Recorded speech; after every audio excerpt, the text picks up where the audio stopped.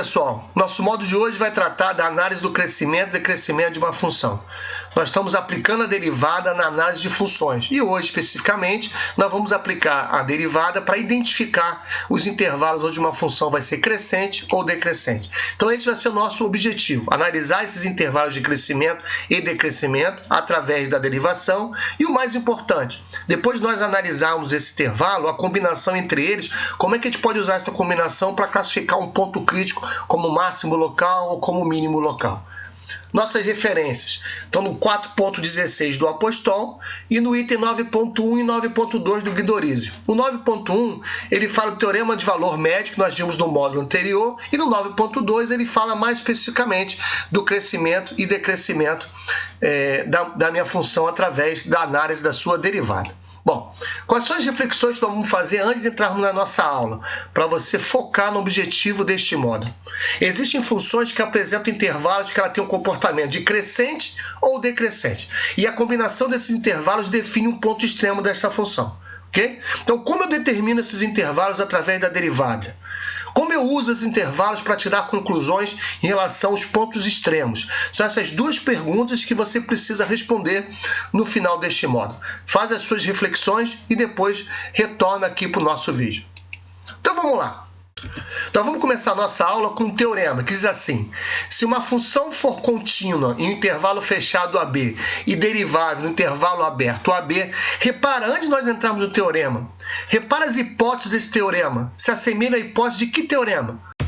O teorema de Rolle e o teorema de Lagrange. Na verdade, nós vamos usar o teorema de Lagrange para provar esse teorema que relaciona a derivação com a classificação do intervalo em crescente ou decrescente. Por isso que a gente viu esses teoremas no módulo anterior. Ele diz assim, então, se a derivada for positiva para todo x desse intervalo AB, então minha função é estritamente crescente. Se a derivada for negativa para todo x desse intervalo AB, a minha função vai ser decrescente. E se ela for zero, a minha função vai ser constante. Repara que a minha conclusão ela só acontece se o sinal da derivada for para todo o ponto daquele intervalo. Então, a gente consegue relacionar então o sinal da derivada com o comportamento da minha função. Derivada positiva em todos os pontos, função crescente. Derivada negativa em todos os pontos, função decrescente. E o que é estritamente crescente e estritamente decrescente?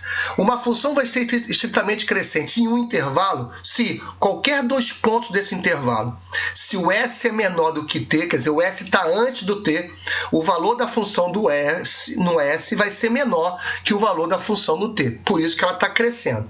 Estritamente decrescente, se o S estiver antes do T, o valor da função do S vai ser maior que o valor da função do T. A função está decrescendo. O nome estritamente está aqui porque, repara, o sinal que tem aqui é só de menor ou de maior, não tem igual, ok? Então, a minha derivada precisa ser positiva no estritamente crescente e negativa no estritamente decrescente. Se eu tiro estritamente, se eu fico apenas com o crescente, aqui fica menor ou igual. E aí o que acontece? Que a minha derivada ela tem que ser não negativa, que pode ter sinal de positivo ou zero. Se for só decrescente, aqui fica maior ou igual. Então minha derivada ela não precisa ser negativa, precisa ser não positiva, ela pode ser negativa ou zero, ok? Então vamos aplicar esse teorema e depois a gente demonstra esse teorema. Então tem o item aqui 9.2, na verdade é um item resolvido, é um exemplo resolvido do Guidorizzi. Determina o intervalo de crescimento e decrescimento desta função. Faz aí o exemplo e depois retorna aqui para comparar o gabarito. Então, primeira coisa, a gente precisa analisar a derivada. Derivada de polinômio, você já sabe fazer, 3x2 menos 4x mais 1. Então, vamos analisar. Isso é um polinômio do segundo grau, né? O número que está multiplicando x ao quadrado é o número positivo, então é um polinômio com concavidade para cima. Vamos tirar as raízes desse polinômio. Vai ser 1 e 1/3, então está aqui, ó. Como é um polinômio com concavidade para cima, entre as raízes eu vou ter sinal negativo, antes da raiz e depois da raiz eu vou ter sinal positivo. Isso é análise de função do segundo grau, isso você já tem que saber, ok? Então, o que o meu teorema disse? Aonde a derivada é positiva, a minha função é crescente.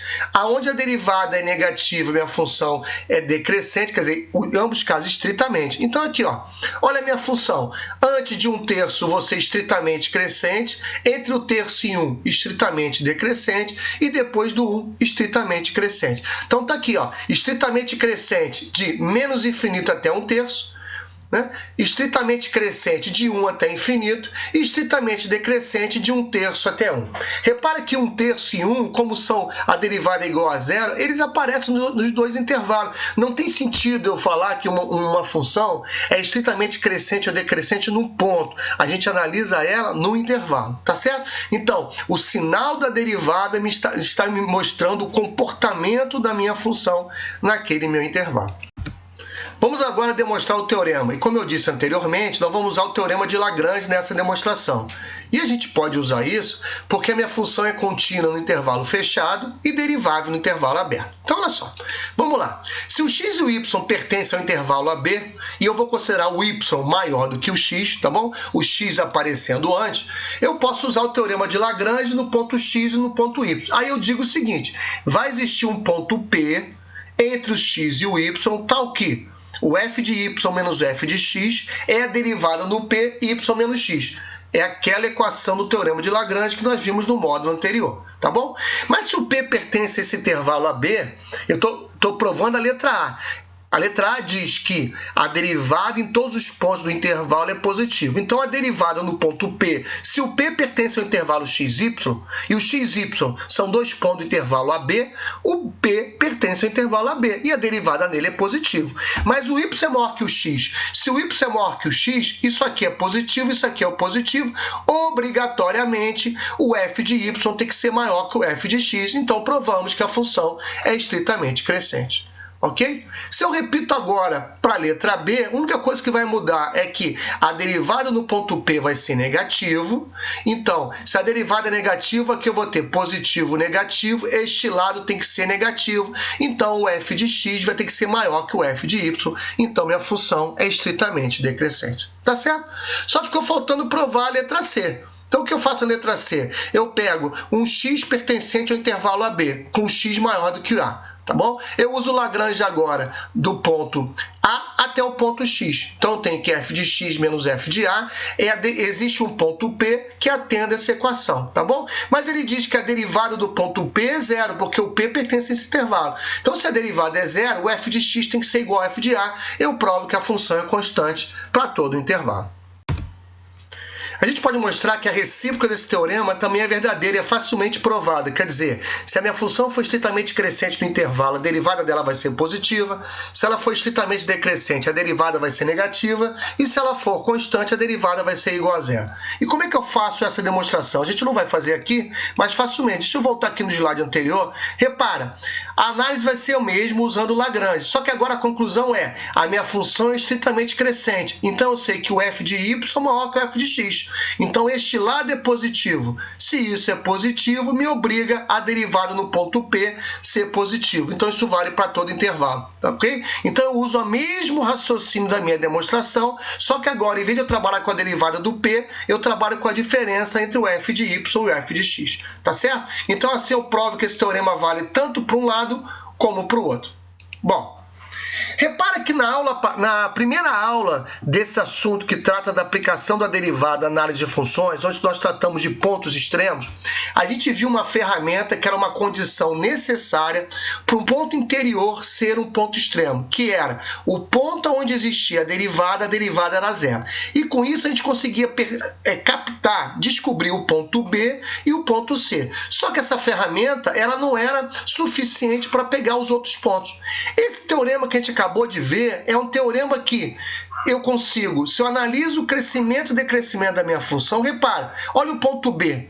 Se a minha função ela for crescente antes do ponto e decrescente depois do ponto, obrigatoriamente esse ponto é o máximo local.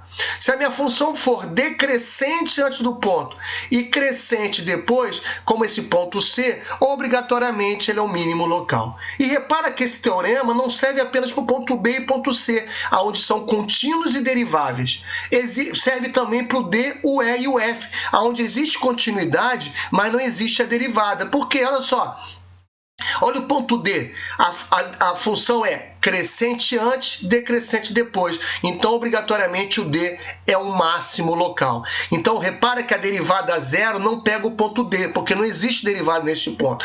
Mas o teorema de analisar antes e depois o crescimento e decrescimento vão pegar, é uma ferramenta para pegar o ponto D, o ponto E e o ponto F. Tá certo? Então, a gente cai no outro teorema, que é uma consequência do teorema anterior, que diz assim: se a minha função for contínua no intervalo fechado AB e admite derivada no intervalo aberto, com exceção, possivelmente, de um ponto P, o que eu estou dizendo? Eu estou dizendo que no ponto que eu estou analisando, que é aquele ponto crítico, eu não preciso me preocupar se existe ou não derivada. Eu preciso me preocupar que existe a derivada antes e depois dele. Por quê?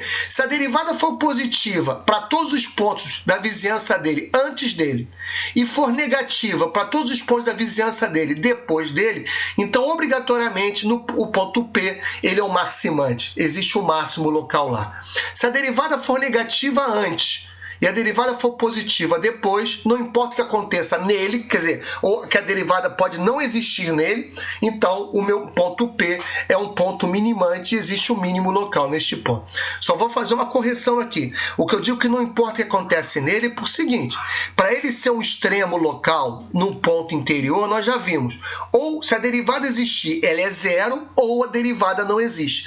E a derivada não existindo, eu não consigo pegar ela zerando a minha primeira derivada. Eu só consigo pegar aquele ponto extremo analisando através do crescimento e decrescimento antes e depois, tá bom? Então vamos exercitar isso antes de provar esse teorema, né?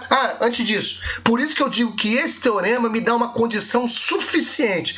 A condição da derivada zero, que a gente viu em 2 módulos atrás, era uma condição necessária. Porque todo ponto interior que existisse derivada, se a derivada não fosse zero, aquele ponto não podia ser um ponto extremo. Então, por isso que era uma condição necessária. Essa aqui é suficiente. Se eu consigo ver que o comportamento da função antes e depois, de crescimento e decrescimento, ele muda, aquele ponto é um ponto suficientemente provado que vai ser um ponto extremo, ok? Então vamos exercitar, vamos voltar naquele exemplo que a gente fez aí alguns slides atrás, que a gente chegou à conclusão que eu tenho este comportamento da minha função. Então repara, a minha função antes de 1/3 ela cresce e depois decresce. Então, obrigatoriamente, 1/3 vai ser o maximante. A minha função antes do 1 decresce e depois cresce. Então, obrigatoriamente, no 1, a minha função vai ser o minimante, tá bom? Então, você máximos e mínimos relativos locais. Se eu quiser fazer aquela análise geral do global, esta função, meu domínio dela é real, tá bom? Eu sei então que num terço eu substituo x igual a 1/3 aqui, me dá este valor de função. Eu substituo x igual a 1, me dá este valor de função. Ao analisar este meu domínio, o que acontece? A minha função, quando tende para infinito, isso aqui tende para x3, vai tender para infinito. A minha função, quando tende para menos infinito, isso aqui tende para x3, vai tender para menos infinito. Então, esta função, ela não vai ter nem máximo, nem mínimo local, tá certo? Então, esses pontos 1/3 e 1, eles vão ser exclusivamente máximos e mínimos locais, e não vão ser globais, porque essa função não tem máximo nem mínimo global, tá certo? Vamos agora demonstrar esse nosso teorema. A demonstração é bastante simples. Ela vai ser, na verdade, uma consequência do teorema anterior. Nós vamos provar a letra A e a letra B vai ser análoga. Então, ela diz assim: pelo teorema anterior, na vizinhança antes do ponto P, onde ele diz que a derivada é positiva, então eu garanto que esta função é estritamente crescente em todos os pontos do intervalo XP. Da mesma forma, pelo teorema anterior, para todos os pontos acima do ponto P, como a derivada é negativa, a função é estritamente decrescente nesses pontos. Então, se ela é estritamente crescente antes, estritamente decrescente depois, a conclusão que eu tiro é que existe um ponto, o maximante, no ponto P, existe o máximo local no ponto P. Bom, a gente vai parar essa nossa aula aqui, nós continuamos no próximo vídeo, onde nós vamos exercitar mais esses teoremas que relacionam derivada com crescimento e decrescimento da minha função. Até breve.